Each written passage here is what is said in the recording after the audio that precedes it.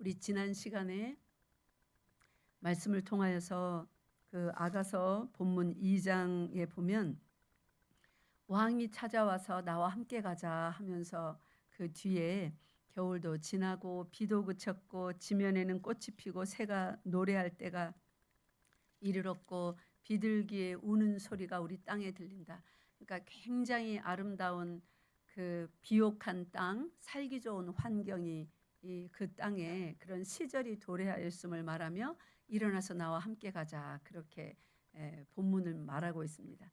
이제 지난 시간 말씀을 통하여서 이것이 정말 육신적으로 때가 그러하고 상황이 그럴 만하여서 함께 갈 수 있으니 가자라는 초청이 아닌 것을 야곱의 에피소드를 통하여 지난 시간에 배웠습니다. 하나님께서 야곱과 함께 있음을 보여주시며 야곱을 찾아오신 때는 지면에 꽃이 피고 겨울도 지나고 비도 그친 때가 아니었습니다. 이 오늘 아가서의 본문이 참으로 말하는 바는 육신적인 환경이 그렇게 다 준비되었다는 말이 아니라 누가 함께 계실 때 이러한 상황이 된단 말이에요. 여호와 하나님께서, 예수 그리스도께서 함께 계실 때는 홍수가 지금 나서 온 천하가 다 물에 잠기고 멸망에 갈지라도 방주 안에 있는 그들에게는 비는 내립니까? 그쳤습니까? 예, 그친 것입니다. 꽃이 핀 것입니까? 다 죽은 것입니까? 예, 즐거움의 꽃이 핀 것입니다. 그것을 야곱이 자기 고향에서 형님이 죽이려는 그 형의 소나기를 벗어나 도망을 갈 때 그때 들판에서 잠을 자고려고 누웠는데 돌을 베개 삼아 하나님께서 찾아오셔서 그에게 축복하시며 네가 누워있는 그 땅을 내가 내게 주리라. 그러니까 가장 비참하고 처참한 그때에 하나님이 찾아오시니 지금 야곱은 겨울이고 비가 오고 열매도 없고 새의 노래도 끝인 정말로 비참한 상황인 것 같은데 하나님이 찾아오니 어떻게 됐습니까? 인생이 반전됐습니다. 땅 한 평 없는 그에게 그가 누워있는 모든 땅을 그에게 준다는 놀라운 약속을 드디어 아버지께서 자기에게 손 얹어서 속아서 축복 기도를 했지만 그 축복 기도가 누구에 의해서 참이 됩니까? 하나님의 찾아오심, 손을 내밀며 사랑하는 자여 일어나서 함께 가자 하고 손을 잡아주실 때 진짜 아버지의 축복 기도가 자기 것이 되는 것입니다. 그래서 야곱이 누워있는, 쓰러져 있는 그 땅 전체가 자기와 자기 후손의 것이 되는 그런 놀라운 은혜를 받았습니다. 오늘 제목 함께 읽겠습니다. 시작. 나그네의 영성으로 일어나라. 아멘. 이 야곱은 언제 하나님을 진짜로 만났고 진짜로 축복을 받았냐면 그가 할아버지 아브라함처럼 본토 친척 아비집을 떠나서, 아브라함은 거룩한 소명으로 하나님의 부르심으로 떠났지만 야곱은 그렇게 떠난 것은 아닙니다. 어떻게 떠났어요? 거짓말하고 거의 사기 수준의 일을 벌였죠. 그래서 죽음을 피하여서, 형님의 눈을 피하여서 도망가느라 할 수 없이 본토 친척 아비집을 떠났습니다. 어쨌든 이삭도 자기가 살던 땅을 떠나야만 했습니다. 왜 그런 거예요? 흉년 때문에. 그래서 아브라함도 이삭도 야곱도 어쨌든 본토 친척 아비집, 자기가 마음 붙이고 정 붙이고 육신의 모든 재물도 그 땅 위에 다 쌓아서 그렇게 살던 땅을 떠나서 뭐가 되었을 때요? 따라하세요.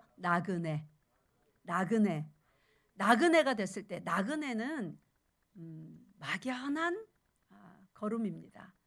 때로는 막막하기까지 한 삶입니다. 이 나그네로 살았을 때 진짜 하나님을 만났고 진짜 복을 약속받았습니다.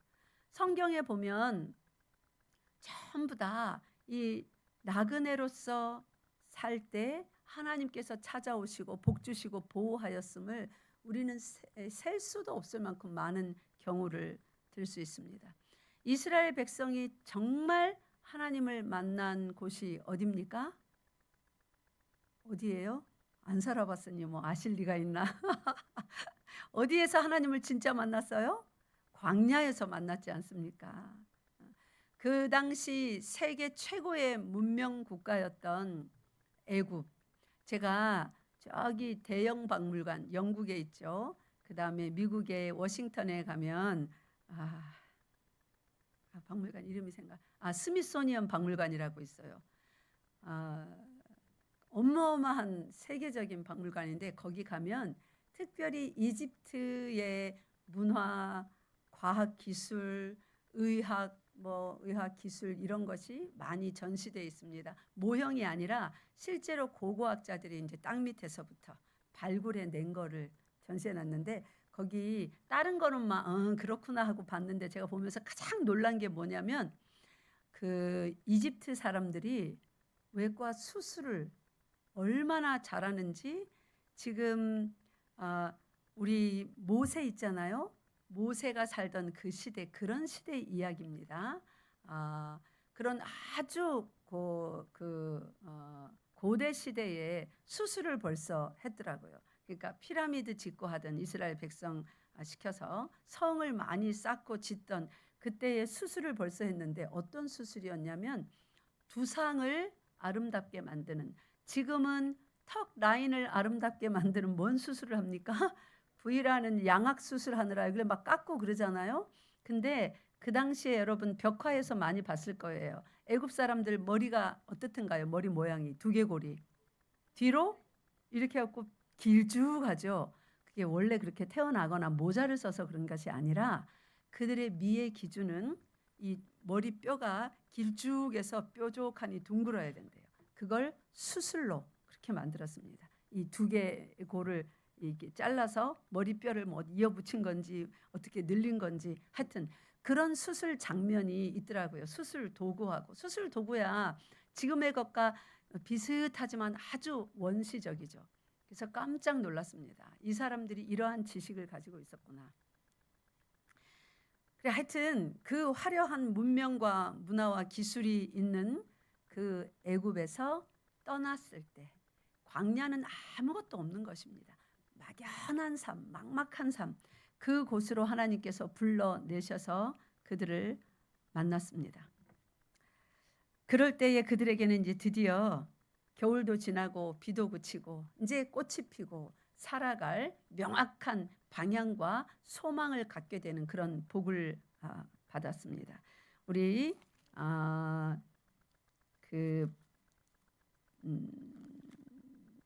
창세기 12장 아브라함을 처음 부르셨던 그 장면으로 가봅시다. 창세기 12장 1절 함께 읽겠습니다. 여호와께서 아브라함에게 이르시되 너는 너의 고향과 친척과 아버지의 집을 떠나 내가 내게 보여줄 땅으로 가라. 아멘. 고향, 친척, 아버지의 집을 떠난 사람들, 이 떠난 사람들이 어디에 있든지 그들은 뭐라고 불립니까? 나그네라고 불립니다. 그죠? 나그네라고 불립니다. 근데 나그네로 살다가 우리 이건우 집사님 고향이 어디예요? 울산이죠. 그럼 울산에서 떠나왔습니다. 지금 양산에 삽니다. 그래서 우리가 집사님을 나그네라고 합니까? 아닙니다. 그죠? 이제 양산 시민이죠. 그 동네 주민이죠. 그렇게 불러요. 그런데 하나님은 우리를 이 땅에서 부르셨습니다. 그래 놓고는 우리가 이 땅에서 죽는 날까지 뭐로 살기를 원하시냐면 따라하세요. 나그네로 살기를 원하십니다. 이 땅에 이 세상의 백성, 국민, 시민, 거류자, 거류민은 조금 다르네요. 주민, 레지던스라고 그러죠. 주민으로 사는 것을 원치 않고 끝까지 나그네로 살기 원합니다. 그래서 오늘 말씀을 통하여 나그네로 부르신 하나님의 뜻은 무엇이며 나그네로 산다는 것이 무엇인지, 나그네로 살 때 그러면 어떤 유익함이 있는지 배우고, 그럼 나는 지금 이 땅에서 나그네로 살고 있는지, 이 땅의 백성으로, 이 땅의 사람으로, 그러니까 소속이 달라요. 그죠? 나그네는 소속이 따로 있습니다. 이 땅의 사람으로 사는 것은 소속이 어디예요? 이 땅에 있습니다. 이 자리까지 좀 확인해보는 짧은 시간에 힘들겠지만 제가 최선을 다해서 전해하겠으니 여러분도 온 힘을 다해서 들으시기를 바랍니다. 자, 아브라함이 하나님의 말씀을 들었을 때, 명령을 들었을 때, 떠나라 하는 명령을 들었을 때는 명확한 땅을 아직 지정하지 않았어요. 창세기 12장 1절 끝머리에 보면 떠나라 해놓고는 어디로 가라 그럽니까? 내가 내게 보여준 땅이에요. 줄 땅이에요. 아직 안 보여줬단 말이에요. 어떻게 하면 보여준다는 거예요? 떠나면 보여준다는 거예요. 우리는 항상 뭐라고 기도합니까? 보여주면 할게요. 들어주시면 그렇게 순종할게요. 하나님 먼저, 그러면 확인하고 나는 나중. 하나님은 항상 어떻게 부르십니까? 말씀으로 찾아오셔서 감동하시면서 그렇게 행하라. 염려하지 말라. 내가 너와 함께 할 것이니라. 보여줄 것이니라. 해결될 것이니라. 그렇게 말합니다. 이 줄다리기는 첫사람 아브라함을 부르실 그때부터 언제까지 계속될까요? 지금 여러분 삶에 계속되고 있지 않습니까? 보여주세요. 해결해 주세요. 돈 좀 많이 주세요. 그럼 내가 헌금하고 선교하고. 주로 헌금하고 선교는 하나님이 돈을 주셔야 한답니다. 다른 거는 안 줘도 빚내서 잘만 하면서 헌금하는 거하고 선교하는 거는 하나님이 돈을 주셔야만 하고, 다른 거는 안 줘도 은행 대출도 내고 친구한테도 빌리고 또 열심히 모으고 비상금 마련하고 해서 싹 다 합니다. 주의 일 빼고. 주의 일은 주님이 알아서 하세요. 돈 안 주시면 안 합니다. 참으로 어찌 보면 좀 치사하죠. 우리의 마음씀이, 생각이. 근데 대부분 우리가 다 그렇게 삽니다. 근데 하나님은 계획을, 마음을, 하나님의 일하시는 방식을 바꿀 생각이 전혀 없으십니다. 여기서 어디까지 지금 나그네라고 부르시냐면, 저기 오늘 한 가지 더 본문이 있죠. 베드로전서 1장 1절로 가보세요. 베드로전서 1장 1절 읽겠습니다. 시작. 예수 그리스도의 사도 베드로는 본도, 갈라디아, 갑바도기아, 아시아와 비두니아에 흩어진 나그네. 자, 여기 보세요. 베드로는 어떤 인물입니까? 변화산상에서 예수 그리스도의 변화된 모습을 보고, 거기가 천국도 아닌데 산 위입니다. 거기다가 너무 황홀해서 황홀경을 한번 경험한 그 땅에 여기가 좋사오니 내가 여기다가 초막을 몇 개를 지어요? 초막 셋을 지어서. 이러면서 자기가 경험한 그 자리, 체험한 그 자리가 좋아서 이 땅에다가 초막 셋을 아예 지어버리려고 했던 그런 사도가 베드로입니다. 그렇게 충성스럽게 말하더니 나중에 예수 그리스도의 십자가 앞에서는 두렵고 무서워서, 공포스러워서 예수님을 모른다고 3번이나 부인하며 도망하였던 그러한 변절자, 배신자였기도 했습니다. 그런 베드로가 이제 예수 그리스도의 사도가 되어서 다른 성도들을 뭐라고 부르고 있습니까? 나그네라고 부릅니다. 그러면 나그네라고 부르는 것이 뭔 이유가 있어서 나그네라고 부르겠죠. 그죠? 이 사람들은 어디에 살고 있는 사람이냐면 본도, 갈라디아, 갑바도기아, 아시아와 비두니아에 흩어져 살고 있는, 그러니까 그런 등등등등 도시에 살고 있는 사람들이에요. 거기에 흩어진 그리스도인들이여 이렇게 부르지 않습니다. 거기에 흩어져 살고 있는 각 도시의 시민들이여 이렇게 부르지 않습니다. 말하자면 서창, 양산, 사송, 부산, 울산 등등 등지에 흩어져 살고 있는 나그네들에게. 여러분, 그 동네에 여러분 나그네로 사십니까? 우리 홍현석 집사님 그 동네 아파트에 나그네로 사십니까? 아니잖아요. 그죠?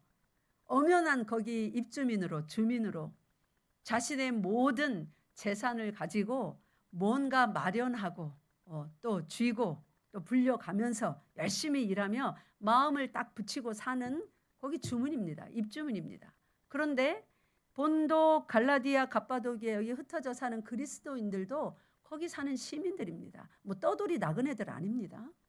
그런데 베드로는 예수님을 부인했다가 용서받고 예수님의 부활 승천을 목격한 이후로 세상으로 복음 전하라는 사도로 보냄을 받아서 열심히 복음 전하면서 살았는데 그가 나그네로 살았습니다. 그러면서 이 나그네가 뭔지 깨달아서 그런 등지에 사는 흩어진 누구에게 편지를 씁니까? 나그네들에게 편지를 씁니다. 그러니까 이 편지는 적어도 베드로 전서는 나그네들에게 쓴 편지이기 때문에 여러분이 나그네의 영성으로 살지 않으면 여러분은 이 편지를 읽을 자격이 없는 거예요. 빼놓고 읽어야 돼요. 나그네들에게 쓴 편지입니다. 이 땅에 속한, 세상에 속한 사람들에게, 이 땅이 영원할 줄 알고 예수 믿으면서도 복만 받으려 하고 복 받는 거, 병 고치는 거, 출세하는 거, 성공하는 것만 관심 있는 그런 종교인으로 예수 믿는 사람들은 이 베드로전서 읽으면 안 되는 거예요. 떡하니 앞에다 밝혀놨잖아요.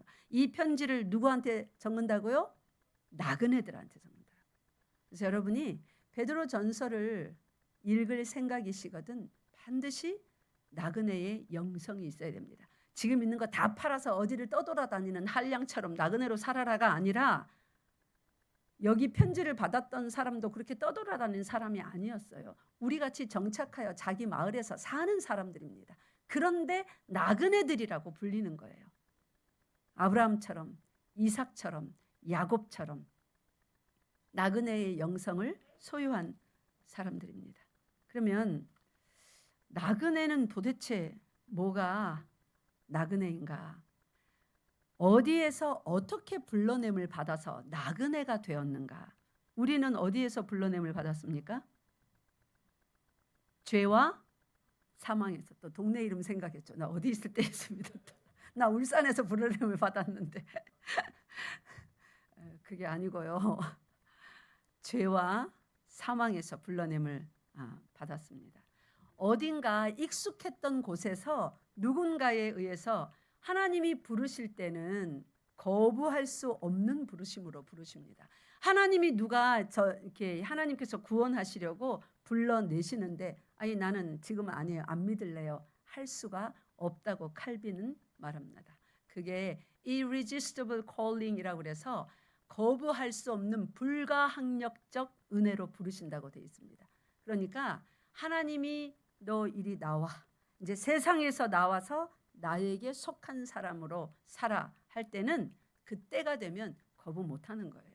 그런데 우리가 익숙했고 모든 것을 내가 다 축적하고 꿈을 두었고 매일매일 눈 뜨면 그렇게 살았던 그 삶의 자리, 그 삶의 방식에서 갑자기 하나님의 거부할 수 없는 불가항력적인 구원의 은혜로 끌어냄을 받으면 이제 완전히 내가 살아보지 않은 땅입니다. 새 땅입니다. 여러분을 만약에 갑자기 오늘 당장 짐 싸세요. 그래서 저기 강원도에다 갖다 놨어요. 아무 계획도 강원도에 이사 갈 계획을 안 세웠습니다. 재정 정리도 안 됐어요 아직.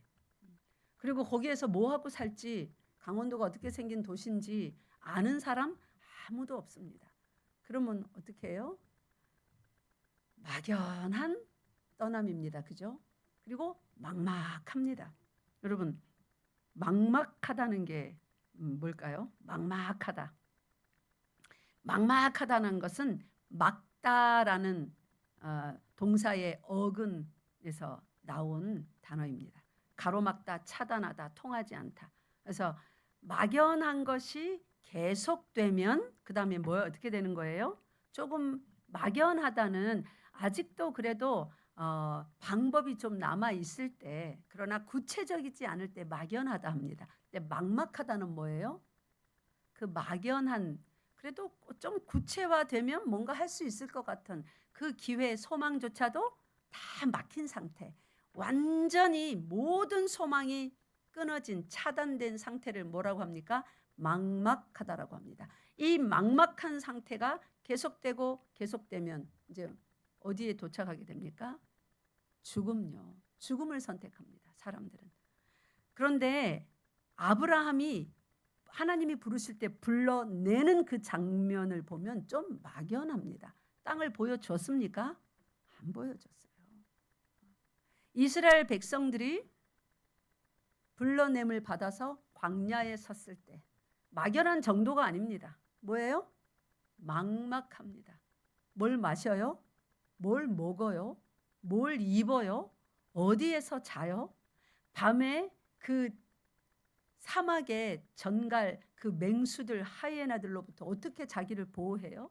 낮에 뜨거운 태양빛으로부터 어떻게? 어른들은 남자들은 그래도 좀 견딜 수 있다 칩시다. 만약에 여기 우리 교회에 어르신들이 많이 계신데 이 어르신들 그 땡볕에 아니면 저기 유아실에 갓난 아기들 어떻게 견딥니까? 이거는 뭐 막막한 정도가 아니죠.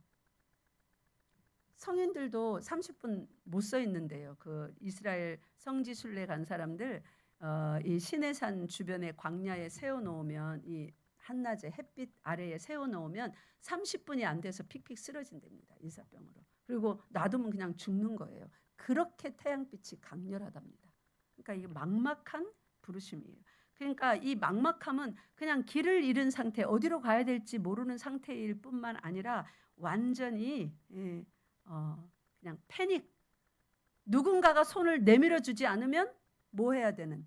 죽어야 되는 그런 자리, 그런 시간, 그런 삶을 막막하다고 표현합니다. 그래서 우리의 삶은 어려움에서 더 나가면 힘들어지고 힘들어서 더 나가지면 두려워지고 거기서 더 나가면 이제 막막해집니다. 여러분 삶에서 막막하다는 그런 느낌을 아니면 체험을 했던 적이 다 있으시죠? 어린 아이들도 청년들도 다 있을 것 같아요. 도무지 내가 어디로 어떻게 살아야 될지, 어떻게 가야 될지, 어떻게 해결해야 될지 방법이 없다. 이런 상황을 뭐라고 합니까? 막막하다라고 합니다. 우리 막막했던 여러분의 이전 삶을 생각하면서 찬양 하나 합시다. 주가 일하시네.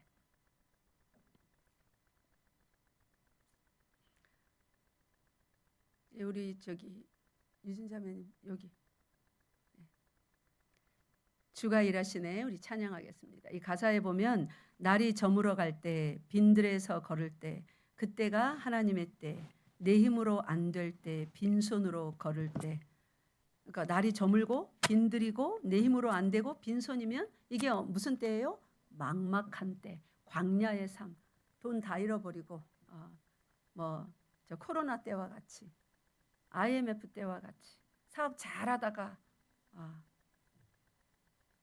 사업을 접어야 되는 그때와 같이 건강했는데 하루아침에 중병이라는 선고를 받은 그때와 같이 정말 친했던 친구인데 자기 이익을 위하여서 나를 내 명예의 먹칠하고 나를 배신해버려서 그러한 상황을 접했을 때 막막할 때 그때가 어떤 때인지 세상은 너는 소망 없어. 끝났어. 그래 들어보니 안 되겠다. 네가 어떤 선택을 해도 내가 뭐라고 할 말이 없다. 이렇게 위로랍시고 같은 절망을 보태어주는 그런 때가 막막한 때인데 하나님은 성경은 그렇게 말하지 않습니다. 우리 막막했던 지난 날을 생각하며 찬양합시다.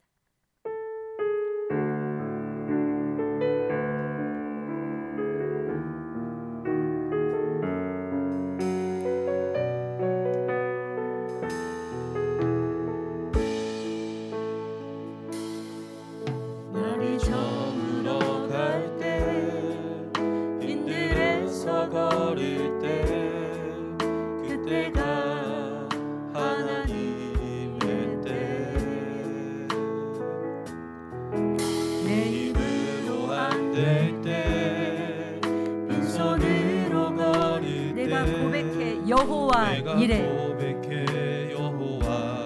빈들에서 하나님 바라보세요.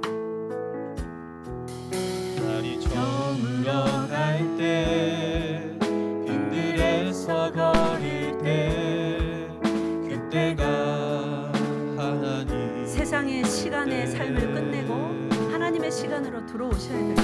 내 힘으로 안 될 때 빈손으로 거릴 때 고백해 여호와 이래 고백합시다. 주가 일하시네. 주가 일하시네. 주가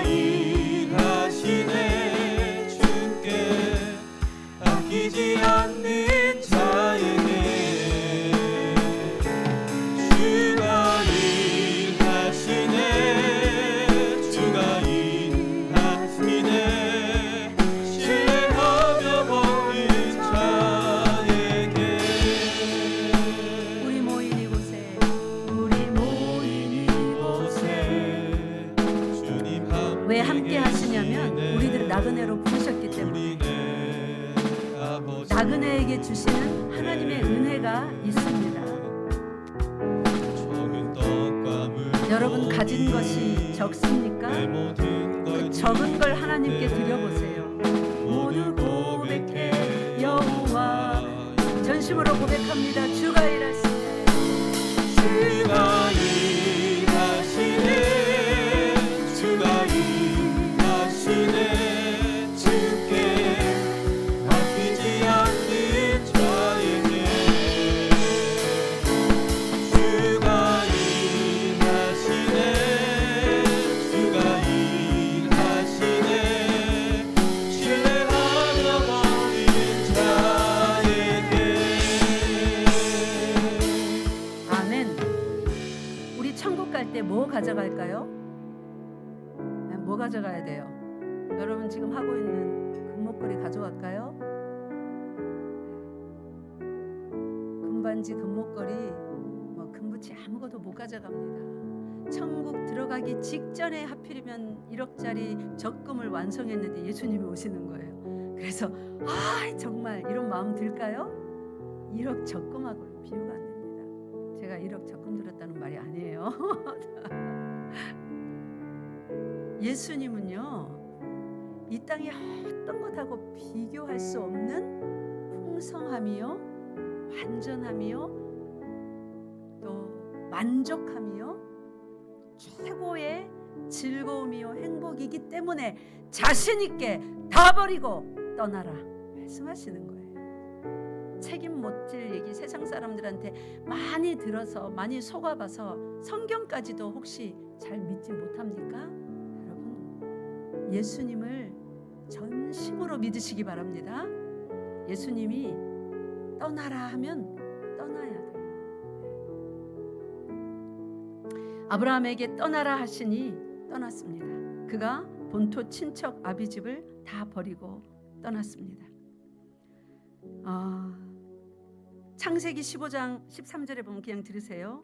여호와께서 아브라함에게 이르시되 너는 반드시 알라 내 자손이 이방에서 객이 되어 그들을 섬기겠고 그들은 400년 동안 내 자손을 괴롭히니. 이거는 단순히 애굽에서야 한 400년 동안 괴롭힘을 당한다. 거기서 나그네로 객이 되어서 산다. 이스라엘 사람들이 애굽에 살았을 때 편하다, 이게 이제 내 나라야 이러고 살았을까요? 아니요.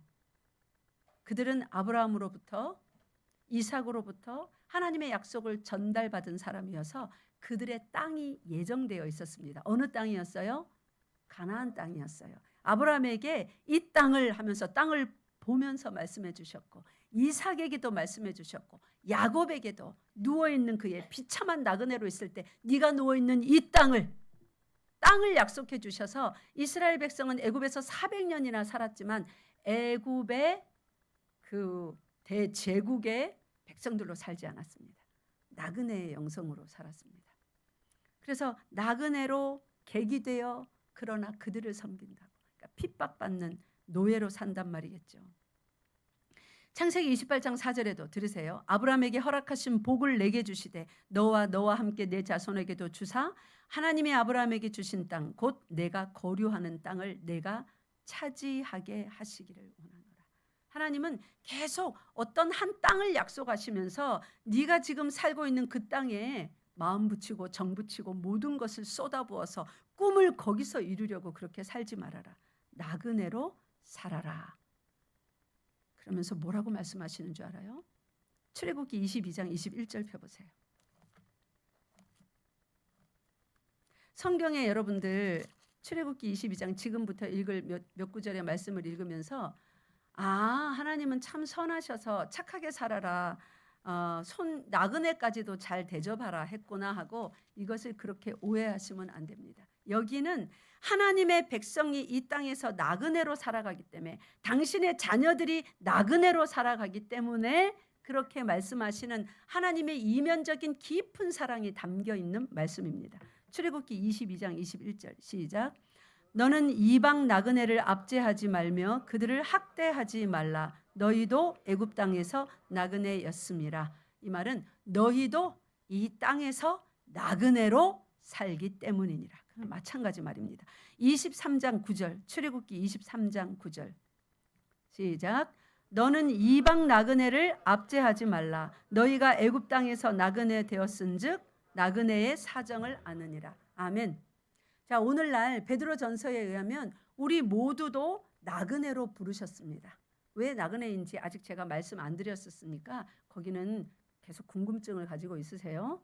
우리도 나그네로 사는데 너희가 나그네로 사니까 이스라엘 백성은 실제 또 애굽에서 그러한 나그네의 삶을 400년 동안 경험했습니다. 자기가 가야 될 땅, 하나님께서 약속하신 땅을 계속 염두에 두면서 우리는 너희가 마음대로 핍박해도 되는 아무것도 없는 가진 것 없는 거지나 노예 때가 아니야. 하나님이 우리에게 주신다고 한 약속, 너희 땅보다 훨씬 좋은 약속의 땅이 있어 하면서 그 땅의 주인의식을 가지고 애굽에서는 나그네로 살았어요.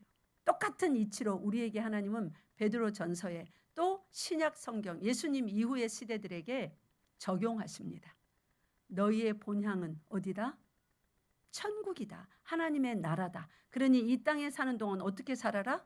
나그네로 살아라. 여기다가 마음 다 붙이고 7일 내내 일하면서 그렇게 살면 망한다. 그래서 출애굽기 23장 12절에 너는 엿새 동안에 내 일을 하고 일곱째 되는 날에는 쉬어라. 오늘날 우리들에게 주일 성수할 것을 요구하시는 하나님의 뜻입니다. 7일 다 일하면 물론 돈 많이 벌죠. 6일 일하는 사람보다 7일 일하는 사람이 더 많이 버는 건 당연한 이치입니다. 그런데 하나님은 그렇게 일하지 말라고 하십니다. 왜냐하면 우리는 나그네이기 때문에 그래요. 나그네로 사는 사람들은 뭐가 제일 중요합니까?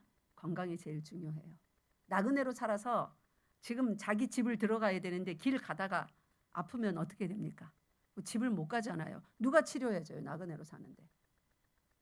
행여병자로 어디에 갇히기 딱 십상이죠. 건강이 제일 중요한 거예요. 그러니까 건강을 위해서라도 하루 쉬어야 돼요. 좀 더 성경적으로 말하면 영적인 건강, 육적인 건강 두루 잘 지켜서 하나님 나라까지 우리의 본향까지 무사히 가야 됩니다. 그러니까 나그네로 사는 동안 7일 다 일하면 안 되는 거예요. 하나님께서 엿새 동안 일하라. 일곱째 날은 나와 친밀한 관계로 아까 아가서에서 일어나서 나와 함께 하자. 나중에 그 아가서 뒤에 가면 왕의 침실로 들어가잖아요. 그죠? 그게 그거예요. 하나님과의 친밀한 교제의 시간, 이 주일 예배의 시간, 이 시간으로 들어오라는 거예요. 모든 것 다 그치고 하나님과의 친밀하게 지나며 내 정체성을 확인하라. 네가 이 땅에서 뭔지. 우리는 본향을 향하는 나그네인 것입니다. 이방 나그네를 압제하지 말라 그러는데 저기 누가복음 10장으로 가보세요. 누가복음 10장에 가면 사마리아 사람 비유가 나옵니다. 어떤 율법 교사가 당연히 유대인이겠죠. 뭐 해야 영생을 얻을까요? 선한 선생님 하면서 물으니까 예수님이 율법에 뭐라 하더냐? 예, 율법에 마음 다하고 목숨 다하고 힘을 다하고 뜻을 다하여 하나님을 사랑하고 또한 내 이웃을 내 자신같이 사랑하라 하였습니다. 오, 맞다. 옳다. 가서 행하라. 그러니까 이 사람이 옳게 보이려고. 왜냐하면 자기는 율법 다 행하고 살았거든요. 사울처럼. 그래서 자기를 옳게 보이려고 내가 더 이 친절을 베풀고 사랑해야 될 도대체 이웃이 누구입니까? 그 말은 뭐예요? 내가 아는 이웃은 다 사랑했습니다. 다 지키고 살았어요. 내가 더 사랑해야 될 이웃이 있습니까? 율법을 지킴으로써 의롭다 함을 자랑하며 살았던 사람이라 더 실행해야 될 그런 내 이웃이 누굽니까? 그럴 때 예수님께서 한 비유를 말합니다. 어떤 사람이 여리고로 예루살렘에서 내려가다가 강도를 만납니다. 이거는 실제로 피의 길, 블러디 웨이라고 하는 한 27km 되는 예루살렘 한 750고지에서 밑으로 말하자면 바다 밑으로 들어가듯이 마이너스 250고지 정도, 도합 해발 1000m 되는 아주 급경사의 내리막길입니다. 예루살렘에서 여리고로 가는 길은. 그렇기 때문에 거기에 어떤 숨을 장소나 동굴, 숲을 이런 것도 많고 강도가 득실거리는, 오죽하면 별명이 피의 길이었겠어요. 그 길에 한 사람이 가다가 강도를 만났어요. 옷 벗기고 때려 거의 다 죽었습니다. 길에 이제 버리고 돈만 다 뺏어서 갔겠죠. 제사장 레위인이 지나가서 보고 그냥 갑니다. 어떤 사마리아인은 여행하는 중 거기 이르러 그를 보고 불쌍히 여겨.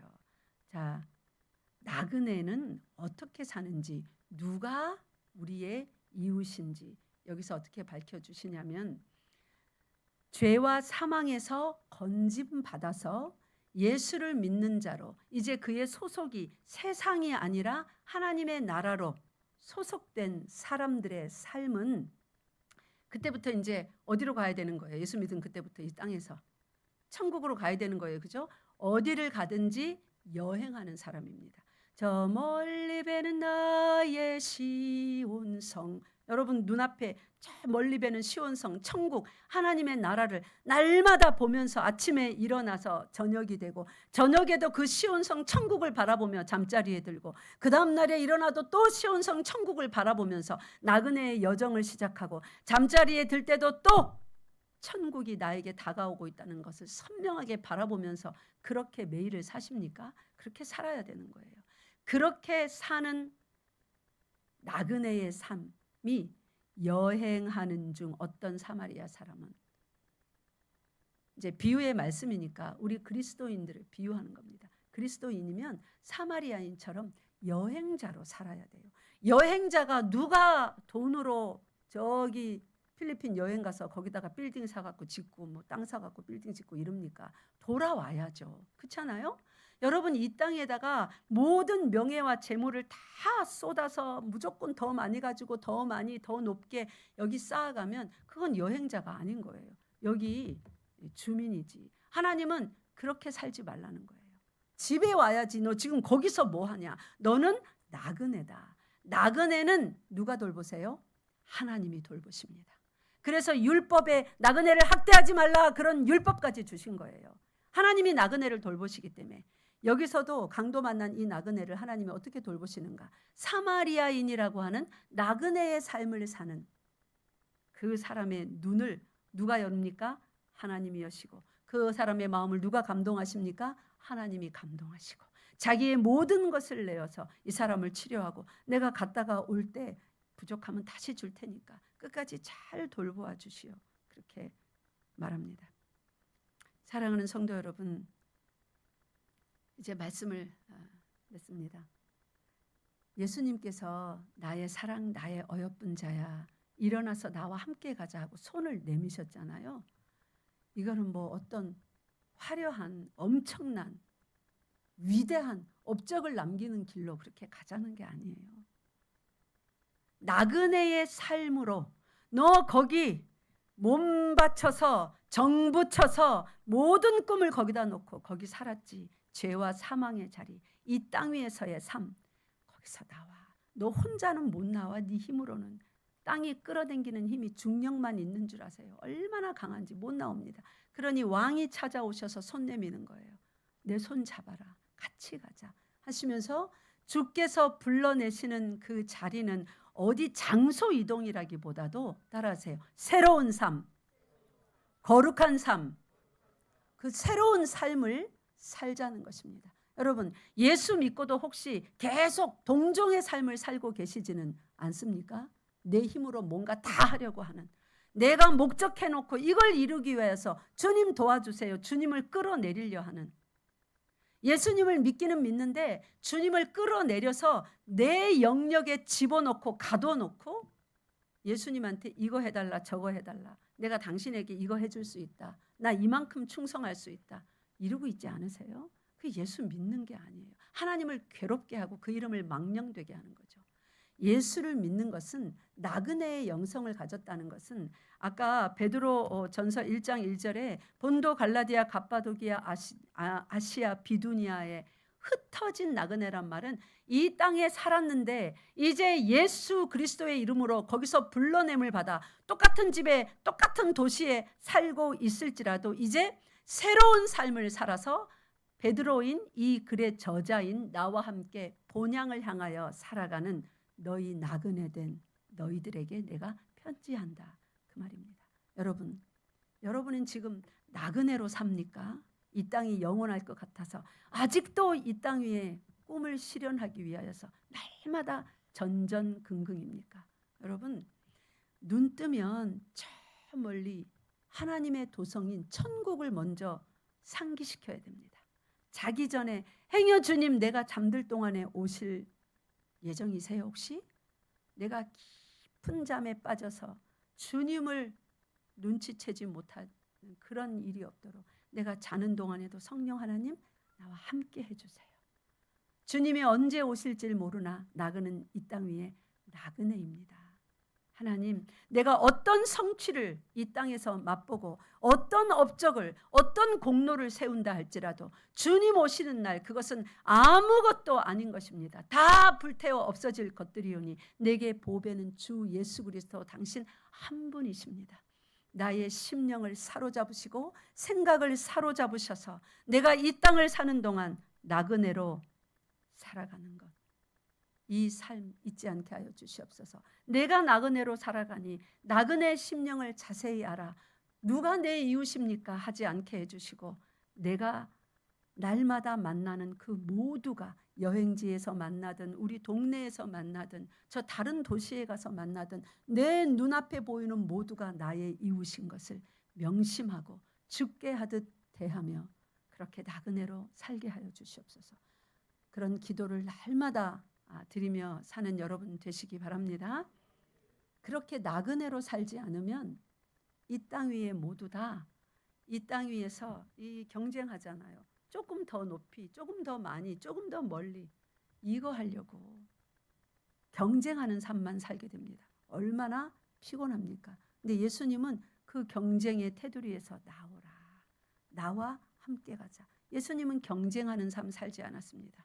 바리새인 사두개인들이 그에게 경쟁하듯이 지식을 체크해 보려고 능력이 얼만큼인가 보려고 여러 가지 질문으로 시도로 상황으로 시험했지만 그들과 경쟁하지 않았습니다.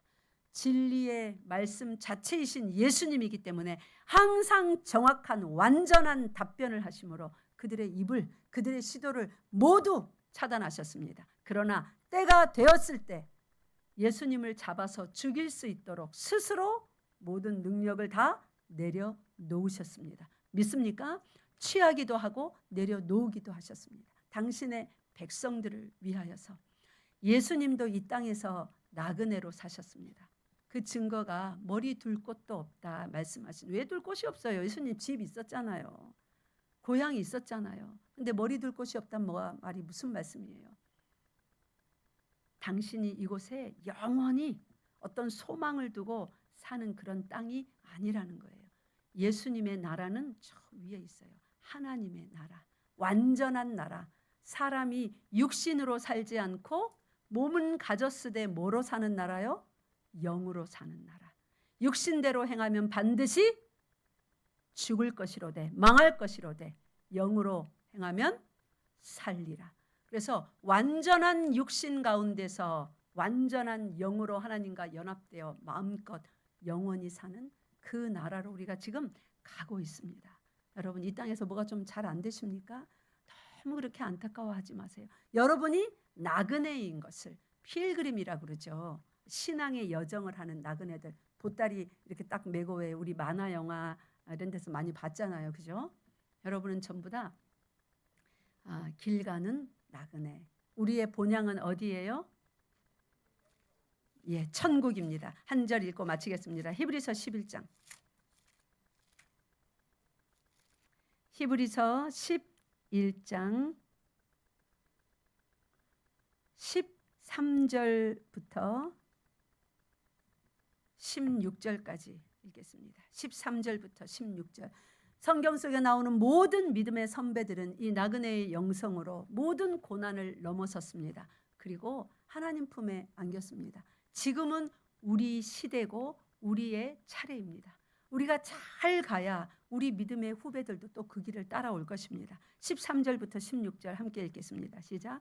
이 사람들은 다 믿음을 따라 죽었으며 약속을 받지 못하였으되 그것들을 멀리서 보고 환영하며 또 땅에서는 외국인과 나그네임을 증언하였으니 그들이 이같이 말하는 것은 자기들이 본향 찾는 자임을 나타냄이라. 그들이 나온 바 본향을 생각하였다라면 돌아갈 기회가 있었으려니와 그들이 이제는 더 나은 본향을 사모하니 곧 하늘에 있는 것이라. 이러므로 하나님이 그들의 하나님이라 일컬음 받으심을 부끄러워하지 아니하시고 그들을 위하여 한 성을 예비하셨느니라. 아멘. 우리는 떠나온 육신의 본향이 다 있습니다. 그래서 이스라엘 사람들이 자꾸 애굽으로 돌아가겠다고 그러죠. 하나님이 놓으십니까? 절대로 놓지 않습니다. 믿습니까? 그들을 절대로 놓지 않으셨다면 우리들은요, 더더욱이 예수 그리스도의 십자가를 이제 아는 무리들인데요, 절대로 놓지 않으십니다. 이 땅에 사시는 동안 여러분 그 조금 가지고 있는 돈 의지하지 마세요. 인맥, 재산, 차, 집, 어떤 부동산, 경험, 지식, 좋은 대학교 나왔으니까 괜찮을 것 같습니까? 무학력자가 회장되는 일도 허다하더라고요. 하나님을 의지하시기 바랍니다. 하나님께서 본향에 하나님 더 나은 본향인 하나님의 나라에 우리를 실제로 변화된 영화로운 몸과 또 영으로 만나게 하셔서 들이시기 전까지는 나그네, 모든 나그네를 누가 돌보십니까? 하나님이 불 가운데서도 물 가운데서도 흉년 가운데서도 도적대와 전쟁 가운데서도 당신의 백성, 나그네로 사는 백성, 본향을 하나님의 나라로 인식하고 정확히 믿음으로 그곳을 향하여 가는 백성들은 하나님이 지키시는 줄 믿으시기 바랍니다. 매일매일 나그네로 이 땅을 사시기 바랍니다. 기도하겠습니다. 살아계신 하나님 아버지, 참으로 감사합니다. 우리가 이 땅을 살아갈 때에 예수께서 내 사랑하는 자, 내 어여쁜 자야, 일어나서 나와 함께 가자 하신, 일어나서 가야 될 그 자리가 어떤 자리인지 오늘 나그네의 영성이라는 제목으로 배웠습니다. 우리가 이 땅에 거주자로서 마음을 딱 붙이고 이 땅에서 바벨탑을 쌓아가며 살았던 자들이나 이제 예수께서 우리의 손을 잡으시사 새로운 삶, 하나님의 영광을 위한 삶, 영원한 더 나은 본향을 향하여 가는 삶을 우리에게 주셨고 초청하였으니 그곳에 이를 때까지 이 땅에 사는 모든 날들이 본향을 향하는 삶 되게 하시고, 이 땅에서 이루는 모든 것들은 그저 하나님의 은혜요 잠시 주시는 그러한 누리는 복들임을 잊지 않게 하여 주시옵소서. 그래서 그런 복들을 누리며 부요함을 누릴 때 방자해지지 않게 하시고, 또 가난함을 경험할 때에 너무 비참해하거나 비관하지 않게 하여 주시옵소서. 나그네들의 모든 삶이 우리 주 예수께 달린 것임을 한시도 잊지 않고 그 마음이 부요한 자여 그 몸의 모든 행함이 고상하고 존귀한 자로 살아가게 하여 주시옵소서. 우리 주 예수 그리스도 이름으로 기도드리옵나이다. 아멘.